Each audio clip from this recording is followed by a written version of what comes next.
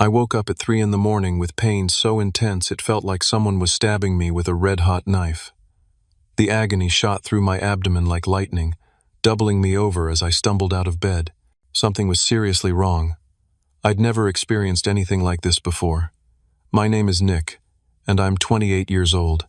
I live alone in a small apartment about 15 minutes from downtown Portland, Oregon. As I clutched my side and gasped for breath, I knew I needed help immediately.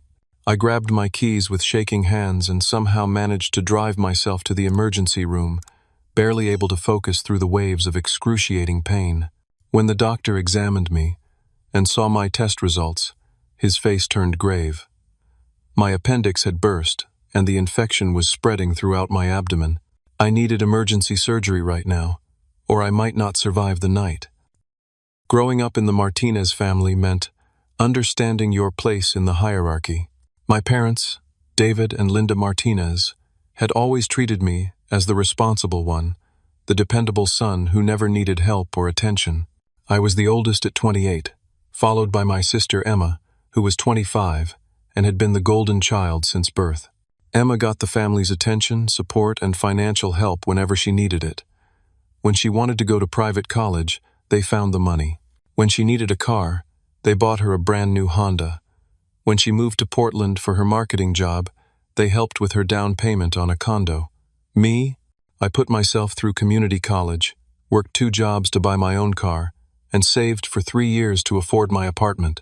This vacation to the Bahamas had been planned for months. It was supposed to be a celebration of Dad's 65th birthday, and Emma had convinced them to make it a big family reunion with aunts, uncles, and cousins flying in from different states. The total cost was somewhere around $8,000, and Emma had been posting countdown photos on Instagram for weeks, showing off the designer bikinis and sundresses she'd bought specifically for the trip. As I lay on the hospital gurney, the emergency room doctor, Dr. Patricia Williams, explained the severity of my condition. My appendix hadn't just burst recently. Based on my symptoms and the scan results, it had likely ruptured several hours ago, and peritonitis was setting in. The infection was spreading through my abdominal cavity, and without immediate surgery, the situation could become life-threatening within hours. The procedure could take anywhere from 6 to 8 hours, depending on how much infected tissue they needed to remove and clean out. "Is there someone we can call for you?" Dr. Williams asked gently. "This is major surgery, and you'll need support during recovery." I nodded and pulled out my phone with trembling fingers. It was 3:45 in the morning. I called my mom first. "Nick? What's wrong?" Mom's voice was groggy but immediately alert. I could hear rustling in the background, probably Dad stirring awake. "Mom, I'm at the hospital. My appendix burst and I need emergency surgery right now. The doctor says it's really serious. Can you and Dad come?" There was a pause. Then I heard whispering between my parents. "Honey, we're literally packing right now. Our flight leaves at 6 this morning. We've been planning this trip for months, and everyone is expecting us. Emma would be absolutely devastated if we canceled. You'll be fine. You're strong. You've always been able to handle things on your own." My heart sank. "Mom, the doctor said there are complications. I could die from this infection." "Don't be so dramatic, Nick. You're in good hands with the doctors. We'll call you when we land, okay? Love you, sweetie." The line went dead. I stared at my phone in disbelief, then called Emma. She answered on the 4th ring, sounding annoyed. "Nick, why are you calling me at 4 in the morning?" "Emma, I'm having emergency surgery. My appendix burst and I'm really scared. Can you come to the hospital?" I heard her laughing in the background, probably at something on her phone. "Nick, seriously? You always make everything about you. This is Dad's special birthday trip. We've been planning this for forever, and I've spent like $2,000 on clothes and excursions. Stop being so selfish and dramatic." "I'm not being dramatic. The doctor says I could die from the infection." "You're not going to die from appendix surgery. People get that done every day. Look, I'm posting my final packing stories right now, and then I need to sleep for like an hour before we leave. Don't ruin this trip for everyone with your anxiety." She hung up. My hands were shaking as I called my dad's cell phone. "Son, your mother told me what's happening. I'm sure you'll be fine. We've spent $8,000 on this trip and frankly we can't afford to lose that money. You're in good hands with the doctors. Call us if you need anything after the surgery. Click. Dial tone. I sat there on the gurney, staring at the consent forms the nurse had given me. They listed all the potential complications: bleeding, infection, damage to surrounding organs, allergic reactions to anesthesia, and in rare cases, death. I was supposed to list emergency contacts, but apparently mine were too busy boarding a plane to care whether I lived or died. Nurse Jenny Rodriguez, a kind woman in her 50s with graying hair and warm brown eyes, noticed I was alone and pulled up a chair beside my bed. "No family coming?" she asked gently. I shook my head, unable to trust my voice. She patted my hand. "I've been doing this for 25 years, honey. You're going to be just fine. Dr. Williams is one of the best surgeons we have, and I'll be here when you wake up." As they wheeled me toward the operating room, I made the mistake of checking my phone one more time. Emma had just posted a Snapchat story showing her suitcases packed by the door with the caption, "Bahamas, here we come. No drama can stop this family vacation." The timestamp showed she'd posted it just 2 minutes ago, right after hanging up on me. The anesthesia mask came down over my face, and my last conscious thought was wondering if I'd ever wake up to see my family again, or if they'd even care if I didn't. I woke up feeling like I'd been hit by a truck. My throat was raw from the breathing tube, my abdomen felt like it was on fire, and I was connected to more machines than I'd ever seen in one place. The ICU was dimly lit, and it took me several minutes to remember where I was and what had happened. A different nurse, Marcus Thompson, was checking my vitals. "Welcome back to the land of the living," he said with a smile. "You gave us quite a scare in there. How long was I out?" My voice came out as barely a whisper. "Surgery took 9 hours. You've been sleeping for another 6. It's Wednesday afternoon now. Wednesday afternoon." That meant my family had been in the Bahamas for over 24 hours. Dr. Williams appeared at my bedside, looking tired but relieved. "Nick, you're incredibly lucky to be alive. Your appendix had actually ruptured much earlier than we initially thought, probably around midnight or even earlier. The infection had spread significantly through your abdominal cavity. We had to remove a considerable amount of infected tissue and flush out the entire area. You crashed twice during surgery, but you fought your way back both times." The next few days were a blur of pain, medications, and slow recovery. I couldn't keep food down for 3 days straight. The IV antibiotics made me nauseous and gave me vivid hallucinations. I'd see Emma standing in the corner of my room, then blink, and she'd be gone. Sometimes I thought I heard my parents talking to the nurses, but it was always just the sound of other families visiting their loved ones. Nurse Jenny became my anchor during those dark days. She worked the day shift and would always find reasons to check on me, even when I wasn't technically her patient. She brought extra blankets when I couldn't stop shivering from the medication, and she stayed past her shift on Thursday evening when I had a panic attack about being alone. "I've never had surgery before," I confided to her on Friday morning. "I keep thinking about what could have gone wrong. What if I had died and nobody even knew for days?" "But you didn't die," Jenny said firmly. "You're here, you're healing, and you're stronger than you know." The hardest part wasn't the physical pain. It was lying in that hospital bed, watching Emma's Instagram stories on my phone like some kind of masochist.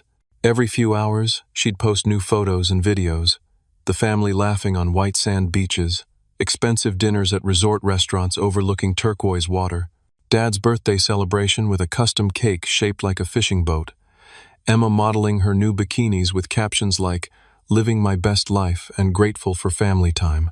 On Thursday, she posted a photo of the whole family raising tropical drinks in a toast with the caption, "Family first. Nothing better than being surrounded by people who love you." I stared at that post for 20 minutes, feeling something break inside my chest that had nothing to do with surgery. I tried calling several times throughout the week, but every call went straight to voicemail. Either their phones were off, or they were actively declining my calls. I left messages the first few days, but eventually stopped trying. Dr. Williams explained that I'd need at least 2 more weeks in the hospital for IV antibiotics and monitoring, followed by 6 to 8 weeks of limited activity at home.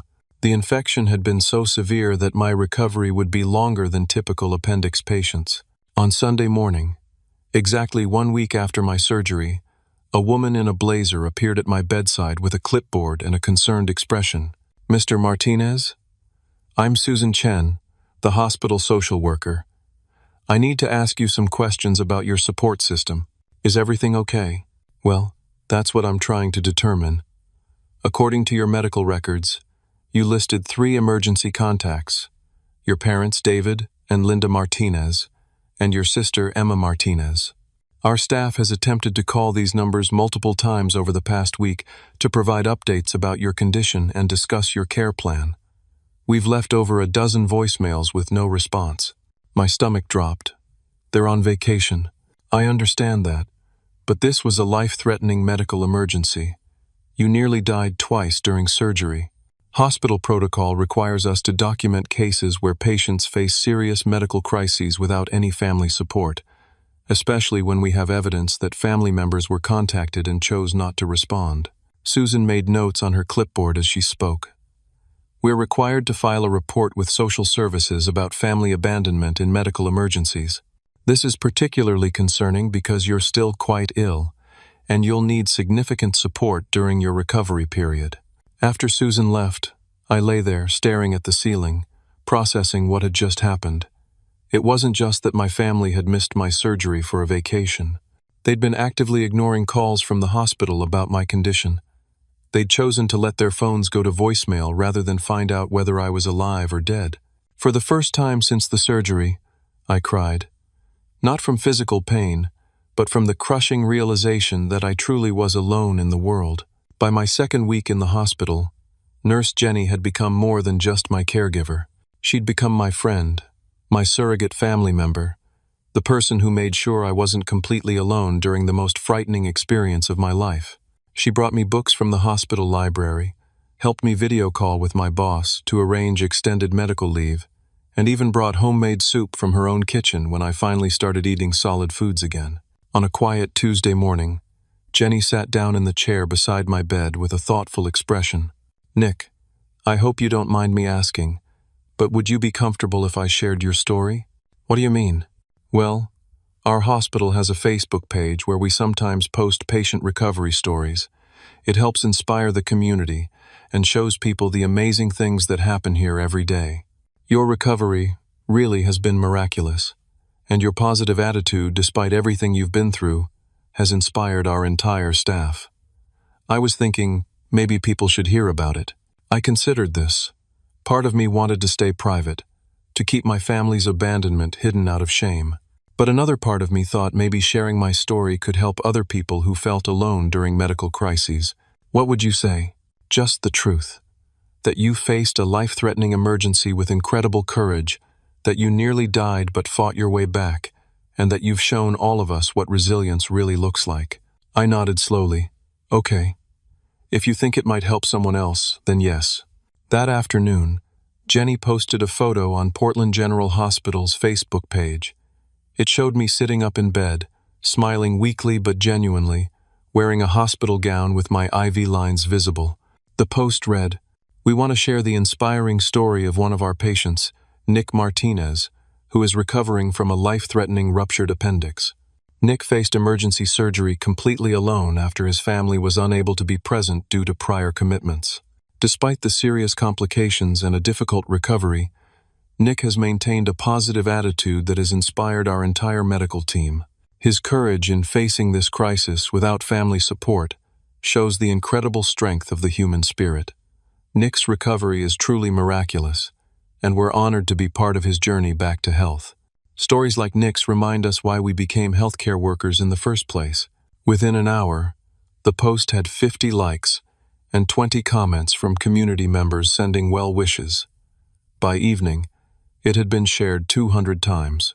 People were commenting with offers to visit, bring food, and provide support during my recovery. But the real explosion happened overnight. Someone had screenshot Jenny's post and shared it on Reddit with the title, "Hospital Shares Story of Man Who Survived Life-Threatening Surgery Alone While Family Was on Vacation." The Reddit thread gained thousands of upvotes and comments, with people sharing their own stories of family abandonment and medical crises. From there, the story jumped to Twitter, where it became a trending topic with hashtags like Family First and Medical Abandonment. A local Portland news station picked up the story on Wednesday morning, running a segment titled, "Man Recovers from Near-Fatal Surgery While Family Vacations in Bahamas." By Wednesday evening, the story had reached national news outlets. CNN ran a piece about family priorities during medical emergencies. Good Morning America mentioned it during their health segment. The story was spreading faster than I could track, with thousands of supportive messages flooding the hospital's social media pages. My phone started buzzing constantly with friend requests, messages from strangers offering support, and interview requests from journalists. The hospital's public relations department had to assign someone specifically to handle the media attention around my case. What amazed me most were the personal stories people shared in the comments. Dozens of people wrote about times when their families had abandoned them during medical emergencies, relationship crises, or other difficult periods. My story had somehow given others permission to talk about their own experiences with family dysfunction and abandonment. A local restaurant owner offered to cater meals for my entire recovery period. A Portland florist sent arrangements with a note saying, "You're not alone." 3 different people offered to drive me to follow-up appointments. Complete strangers were treating me with more kindness and support than my own family had shown. But the most significant response came from an unexpected source. On Thursday morning, Jenny showed me a printout of a LinkedIn message that had been forwarded through the hospital administration. It was from someone named Patricia Walsh, who identified herself as a senior partner at Sullivan and Associates Marketing, one of Portland's most prestigious advertising firms. I saw the story about Nick Martinez's medical crisis. The message read, "I believe I employ his sister Emma Martinez in our account management department. Is this the same family? I'm trying to understand the situation, as Emma recently requested extended time off for what she described as a critical family celebration that couldn't be interrupted. If this is the same family, I need to have a conversation with Miss Martinez about our company values regarding family obligations during genuine emergencies." My heart started racing. Emma worked at Sullivan and Associates. It was the job she'd dreamed about since college, the position that had convinced her to move to Portland in the first place. The company was known for its image-conscious client base and strict standards about employee conduct both in and out of the office. I stared at the message, realizing that my viral story was about to collide with Emma's carefully crafted professional life. For the first time since my surgery, I felt something other than sadness and abandonment. I felt the stirring of justice beginning to unfold. My family's flight landed in Miami on Thursday afternoon, connecting through to Portland that evening. They'd been blissfully unaware of the media storm brewing back home, posting final vacation photos and lamenting the end of their Bahamas paradise. Emma's last Instagram story showed her on the plane with a caption reading, "Back to reality, already missing family time and beach vibes." Reality hit them like a freight train the moment they turned their phones back on after landing in Portland. Emma's voicemail was completely full. She had 43 missed calls, including several from her boss Patricia Walsh marked as urgent. Her work email contained a terse message, requesting an immediate meeting first thing Friday morning to discuss a sensitive personnel matter. Her personal social media accounts had been flooded with comments from strangers who'd connected her vacation posts to my viral story. Mom and Dad faced their own nightmare. Dad's business phone had 17 voicemails from clients and business partners asking about the family situation they'd seen in the news. Mom's Facebook profile, which she'd left public, was filled with hostile comments from Portland community members who'd recognized the family name and connected the dots. Their neighborhood WhatsApp group, normally full of casual chatter about lost cats and trash pickup schedules, had exploded with discussions about my story. Several neighbors had recognized our last name and connected it to the viral hospital post. The worst part was that Emma's own social media activity had created a perfect timeline of evidence. Her vacation posts, time-stamped and geotagged, showed the exact progression of family fun that had occurred while I fought for my life in intensive care. By Thursday night, they'd finally figured out that the viral story was about me. That's when my phone rang for the first time in 2 weeks. "Nick?" It was Mom's voice, but she sounded shaken and uncertain. "We just landed and saw the news. What's going on?" "What's going on is that I nearly died from a ruptured appendix, spent 2 weeks in the hospital alone, and someone shared my story online. We had no idea it was this serious. Why didn't you tell us how bad it was?" I sat up straighter in my hospital bed, feeling anger surge through me for the first time since the ordeal began. "I called you from the emergency room. I told you I might die. You said not to be dramatic and hung up on me." There was silence on the other end. Then I heard whispering between my parents. "Well, we're home now." Dad's voice came on the line. "How do we fix this mess? This is making our whole family look bad." "Fix what mess?" "This story has gotten completely out of control. People are saying terrible things about us online. Your mother can't even go to book club anymore because everyone's talking about it." Before I could respond, I heard Emma's voice in the background, and then she grabbed the phone. "Nick, what the hell is wrong with you?" Emma's voice was shaking with rage. "Do you have any idea what you've done to my career? My boss is demanding a meeting tomorrow morning, and half of Portland thinks I'm some kind of monster. You need to call that hospital right now and tell them to take down that post." "I didn't post anything, Emma. The hospital shared my recovery story because the nurses were inspired by how I handled facing death alone." "You could have died? Don't be so dramatic. It was just appendix surgery." I crashed twice on the operating table. I was in intensive care for a week. The doctors said if I'd waited even a few more hours, the infection would have killed me. There was a long pause. When Emma spoke again, her voice was different, smaller. "We didn't know it was that serious, because you didn't answer your phones. The hospital tried to call you dozens of times to update you on my condition. You ignored every single call. We were on vacation. Our phones were on airplane mode most of the time. Your Instagram posts show you had internet access every single day. You were posting stories constantly." Another silence. Then Emma's voice returned, cold and calculating. "Look, what's done is done. But you need to do damage control now. Give an interview saying there was a misunderstanding, that we're a close family who supports each other. Say the hospital post was misleading." "Absolutely not. Nick, this could ruin my entire career. Sullivan and Associates is the kind of company that cares about image and family values. If they think I abandoned my brother during a medical emergency, they'll fire me. Maybe they should. How can you be so selfish? This is my dream job, and this was my life." "Which apparently mattered less to you than Dad's birthday party." That's when I heard a new voice in the background. Uncle Robert, Dad's estranged brother, was apparently at their house. "Let me talk to him," I heard Uncle Robert say, and then his familiar voice came on the line. "Nick, this is Uncle Robert. I flew in from Seattle when I saw the story online. Are you okay?" Uncle Robert. I hadn't talked to him in 3 years, not since the big family blow-up that had caused him and Dad to stop speaking. But he was here now, asking if I was okay, which was more than my immediate family had done. "Uncle Robert, you came here?" "Of course I came. You're my nephew, and you almost died. I'm at your parents' house right now picking up some of your clothes and personal items. I'll be at the hospital in an hour." For the first time in 2 weeks, I felt like someone actually cared whether I lived or died. But the conversation in the background was getting heated. I could hear Dad yelling at Uncle Robert about stirring up more drama, and Emma demanding that someone fix this disaster. The call ended abruptly, but an hour later, Uncle Robert walked into my hospital room carrying a duffel bag and the biggest flower arrangement I'd ever seen. "Hey, kiddo," he said, and I started crying before he even reached my bedside. Friday morning arrived like a reckoning. Emma dressed carefully for work, choosing her most professional blazer and practicing her explanation in the bathroom mirror.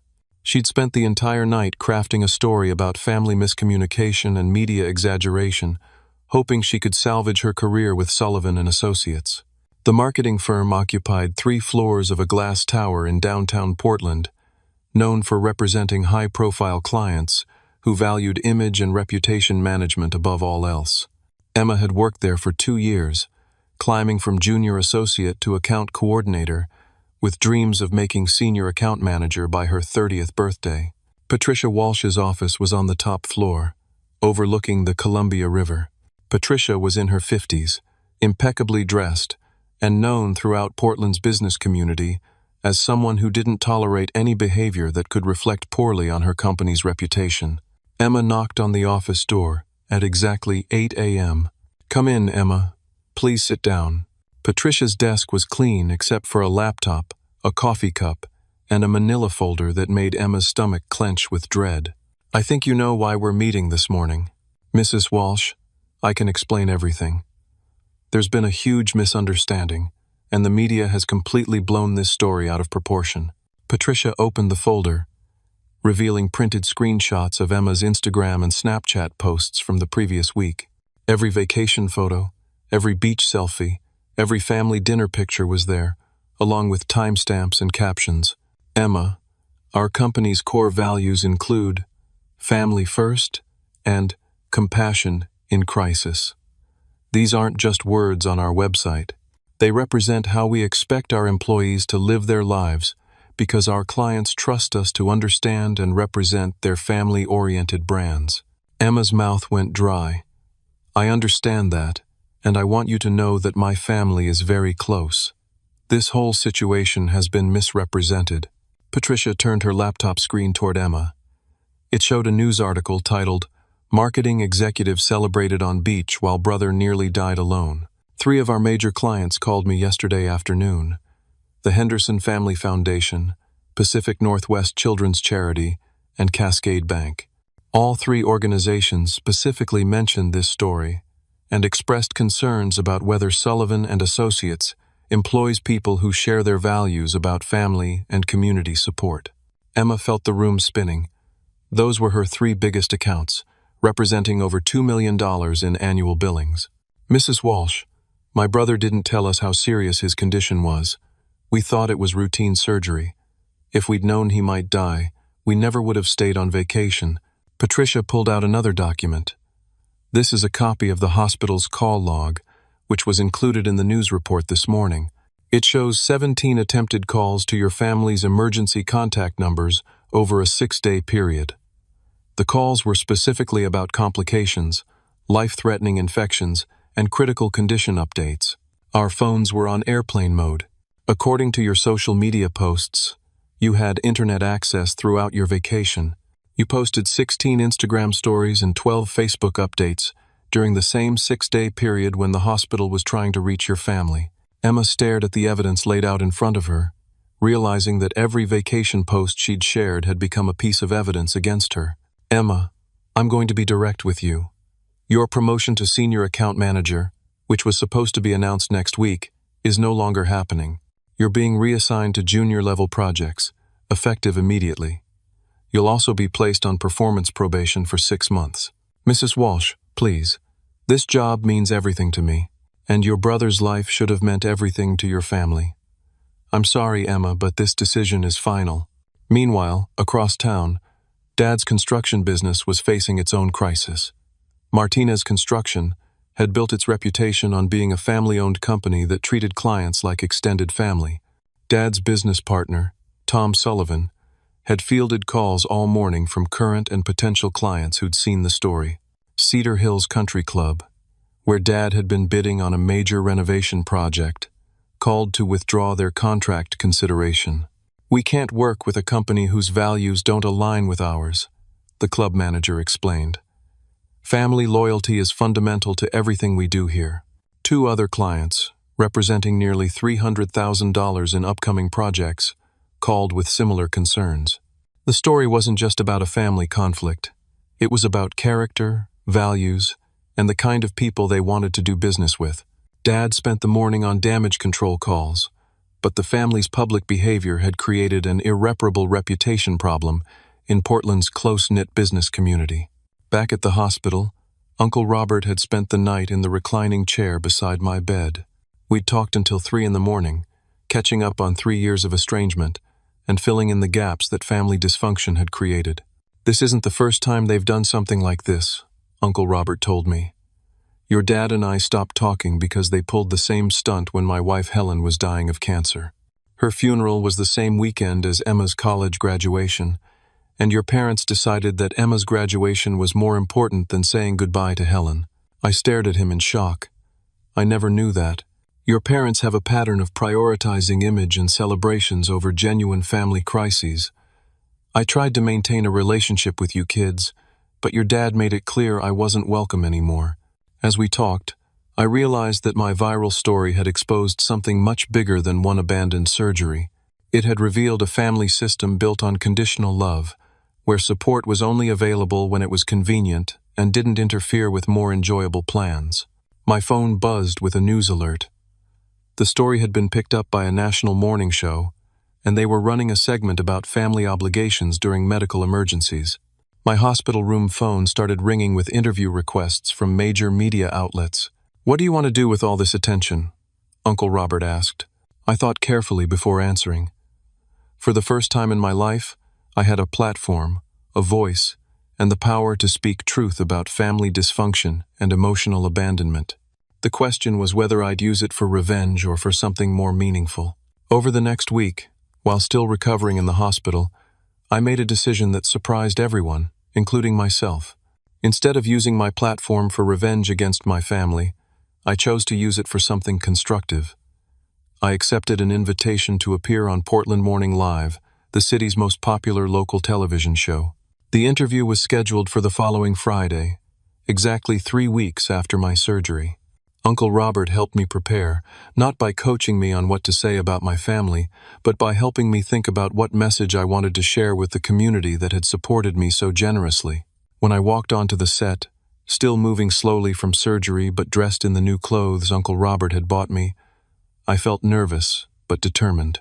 The host, Sarah Chen, was known for her warm but direct interviewing style. "Nick, thank you for joining us. First, how are you feeling?" "Physically, I'm healing well thanks to the incredible medical team at Portland General. Emotionally, I've learned more about resilience and community support in the past 3 weeks than I learned in the previous 28 years of my life. Your story has really touched people. Can you tell us what this experience has taught you?" "I've learned that family isn't just about blood relations. It's about who shows up when you need them most. The nurses who stayed late to comfort me, the strangers who sent flowers and offered meals, the community members who reached out with support. That's what real family looks like. What would you say to your biological family if they were watching right now?" This was the moment everyone was waiting for. The opportunity for me to express anger, demand apologies, or publicly shame them. Instead, I took a deep breath and chose a different path. I'd say that I hope they can celebrate together for many years to come. I'm grateful that they were able to have that time as a family, even though the timing was difficult for me. I've learned that holding on to anger only hurts the person carrying it. Sarah looked surprised by my response. "You're not angry about what happened?" I was angry at first, but I've realized that anger was just covering up the deeper hurt of feeling unloved and unimportant. Now I'm focused on building relationships with people who genuinely care about my well-being. What's next for you? I'm working with Portland General Hospital to develop a support program for patients who don't have family support during medical crises. We want to create a network of volunteers who can provide companionship, practical help, and emotional support for people facing health emergencies alone. The response to the interview was immediate and overwhelming. By that evening, over 200 people had contacted the hospital volunteering for the patient support program. Local businesses offered funding, and a major healthcare foundation expressed interest in making it a model for hospitals across the Pacific Northwest. My mature response to the situation had actually made me more sympathetic to the public, not less. People respected that I'd chosen grace over revenge, healing over hatred. But the interview also had an unintended consequence for my family. By explicitly forgiving them and wishing them well, I'd made their continued silence and lack of genuine apology look even worse by comparison. The contrast between my public grace and their private dysfunction became a topic of discussion in local news commentary and social media. Emma made a desperate attempt to rehabilitate her image by volunteering for my new patient support program, posting about it prominently on social media with captions about family healing and giving back to the community. When the program coordinator called to discuss Emma's application, I had to make a difficult decision. I appreciate her interest in volunteering, I told the coordinator, but this program is specifically designed to help people who understand what it means to face medical crises without family support. I think Emma would be better served by finding volunteer opportunities that match her different life experiences. It was a polite but firm no. Emma's attempt to use my program for image rehabilitation had backfired. Meanwhile, Uncle Robert had made me an offer that would change everything. "Nick, I want you to consider moving to Seattle," he said one evening as we walked slowly around the hospital corridors during my physical therapy time. "I run a successful tech consulting company, and I could use someone with your integrity and work ethic. Plus, it might be good for you to get a fresh start somewhere new." "What kind of work?" "We help small businesses develop their digital marketing strategies. It's growing fast, and I need someone I can trust to help manage client relationships and expand into new markets." The offer was tempting for many reasons. Seattle would give me distance from the family drama, a chance to build a career with someone who actually valued me, and the opportunity to start over in a city where I wasn't known as the guy whose family abandoned him during surgery. "I'd love that," I told him. "But I want to get this patient support program established first. I have a responsibility to the people who helped me." "That's exactly why I want you to work with me," Uncle Robert smiled. "You understand commitment and follow through." 2 weeks later, I was discharged from the hospital with a clean bill of health and a plan for my new life. The patient support program had officially launched with 40 trained volunteers and funding secured for the first year. Local media covered the launch as a positive follow-up to my original story. But the most significant moment came during my final television interview before leaving Portland. "Nick, there's been a lot of speculation about whether your family has apologized or tried to reconcile with you," the reporter asked. "Can you give us an update on that situation?" I paused, choosing my words carefully.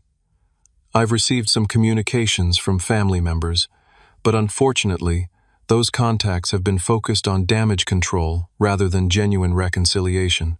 They've asked me to publicly minimize what happened or help repair their reputations, but I haven't received any acknowledgement of the pain they caused or any real apology for abandoning me during a life-threatening crisis." The reporter pressed further. "What would a genuine apology look like to you?" "It would start with taking responsibility for their choices without making excuses. It would include acknowledgement that I could have died alone because of their decision to prioritize vacation over family emergency. And it would involve changed behavior, not just words." That interview clip went viral again, shared by thousands of people who'd experienced similar family dysfunction and abandonment. My honest assessment of my family's continued focus on image over genuine relationship resonated with viewers who'd faced their own experiences of conditional love and superficial family connections. 3 days later, I loaded my belongings into Uncle Robert's truck and drove north towards Seattle and my new life. 6 months later, my life had transformed in ways I never could have imagined during those dark days in the hospital. Seattle had become home, and working with Uncle Robert's company, Pacific Northwest Digital Solutions, had given me both career satisfaction and financial stability I'd never experienced before. Uncle Robert had been more than an employer. He'd become the father figure I'd needed my entire life. He taught me about business strategy, client relations, and leadership, but more importantly, he showed me what healthy family relationships actually looked like. We had dinner together twice a week. He remembered important dates, and when I caught the flu in November, he brought me soup and checked on me daily until I recovered. My patient support program at Portland General had exceeded every expectation. In 6 months, trained volunteers had helped over 200 patients navigate medical crises without family support. The program had been featured in Healthcare Today magazine as an innovative model for patient care, and 3 other hospitals in Washington and Oregon had implemented similar programs. I'd also met someone special. Sarah Martinez, ironically sharing my last name despite no family relation, was a nurse who'd relocated from Portland to Seattle for a position at Swedish Medical Center.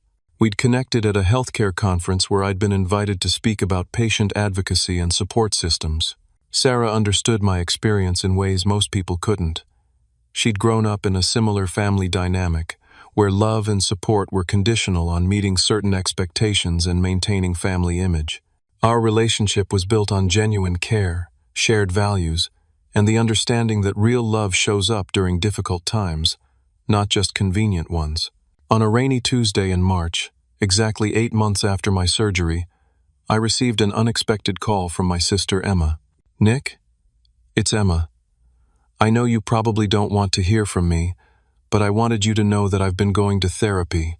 I was surprised by the humility in her voice. "How are you doing?" "Honestly, not great. I lost my job at Sullivan & Associates after another incident where I prioritized my image over helping a colleague during a family crisis. I've had trouble finding new employment because my reputation in Portland marketing circles is pretty much destroyed. But the therapy has helped me understand some things about myself and our family that I never saw before." She paused, and I could hear her crying softly. "Nick, I want to give you a real apology. Not because I want something from you or because I'm trying to fix my reputation, but because I finally understand how wrong I was and how much pain I caused you. I'm listening. When you called us from the hospital, I knew you were scared, and I knew you needed us. But I chose to convince myself that you were being dramatic because it was easier than dealing with the inconvenience of changing our vacation plans. I prioritized Dad's birthday party and my Instagram content over my brother's life, and that choice nearly cost me the most important relationship I have." She took a shaky breath before continuing. "I've realized that I learned from Mom and Dad to treat love as conditional, to only show up for people when it doesn't cost me anything. I became the kind of person who abandons family during emergencies, and I'm horrified by what that says about my character." "Emma, please let me finish. You almost died, and instead of rushing to be with you, I posted beach photos and complained about you being dramatic. When the story went viral, my first thought wasn't concern for your well-being or shame about my behavior. It was anger that your medical crisis was inconveniencing my career. I've seen the therapy as helping you gain perspective. I want you to know that I don't expect forgiveness, and I'm not asking you to let me back into your life. I just needed you to know that I finally understand the magnitude of what I did, and I'm truly deeply sorry." It was the apology I'd needed to hear, not for reconciliation, but for closure. "Thank you for saying that, Emma. I can hear that you've done real work to understand what happened. Are you happy in Seattle?" "I am. I've built a life with people who show up for each other during hard times, not just good times." We talked for another 20 minutes. Emma told me that Mom and Dad were also struggling with the long-term consequences of their choices. Dad's business had downsized significantly, and their social standing in Portland had never recovered. But more importantly, they were finally beginning to understand that they'd lost their son not because of a viral story, but because of decades of conditional love and emotional abandonment. "They want to apologize too," Emma said, "but they're afraid you won't take their call." "I'm not ready for that conversation yet," I said honestly. "Maybe someday, but not now." A month later, Uncle Robert and I were reviewing applications for expanding our business when my phone rang. It was Portland General Hospital. "Nick, this is Dr. Williams. I have some news that I thought you'd want to hear personally. Your sister Emma has been admitted here after a serious car accident. She's stable, but she's asking for you." My heart stopped. "Is she okay?" "She has multiple fractures and will need surgery, but she's going to recover. The thing is, Nick, she's completely alone. According to the emergency contact information, her parents are attending a business conference in Chicago and have indicated they can't leave early due to prior commitments." The irony was staggering. Emma was now in the exact position I'd been in 8 months earlier, facing surgery alone while family prioritized other commitments. "I'll be there," I said without hesitation. "Nick, you don't have to do this," Uncle Robert said after I explained the situation. "Yes, I do. Not because I owe her anything, but because I've become the kind of person who shows up during emergencies. That's who I choose to be." Sarah offered to come with me for support, and the three of us drove to Portland that evening.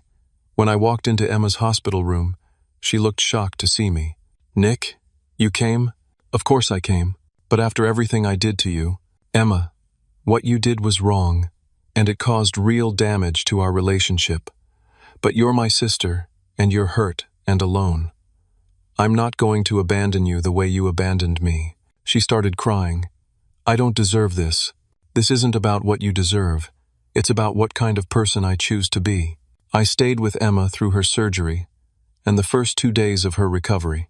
We talked honestly about our family, about the patterns of dysfunction we'd both learned, and about the possibility of building a healthier relationship based on genuine care rather than obligation or convenience. On the day I returned to Seattle, Emma gave me a letter she'd written during her recovery. "I want you to have this," she said. "It's not an attempt to earn forgiveness or fix our relationship.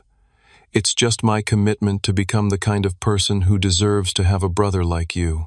As I drove north toward home, toward Sarah and Uncle Robert, and the life I'd built from the ashes of family abandonment, I felt something I'd never experienced before: complete peace with my choices and my relationships. I'd learned that real family isn't about blood relations or shared last names.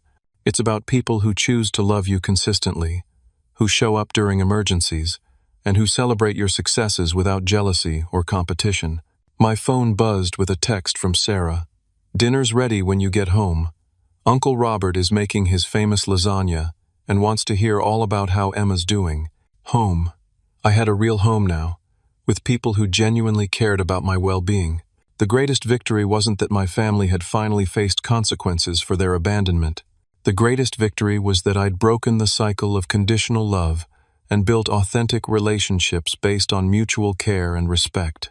Sometimes the best revenge is simply becoming everything the people who hurt you could never be: loyal, compassionate, and genuinely present for the people you love. What experiences have you had with family members who only show up when it's convenient for them? Have you ever had to choose between maintaining toxic family relationships and protecting your own well-being?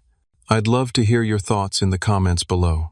If this story resonated with you, please give it a like and subscribe for more stories about overcoming family dysfunction and building authentic relationships.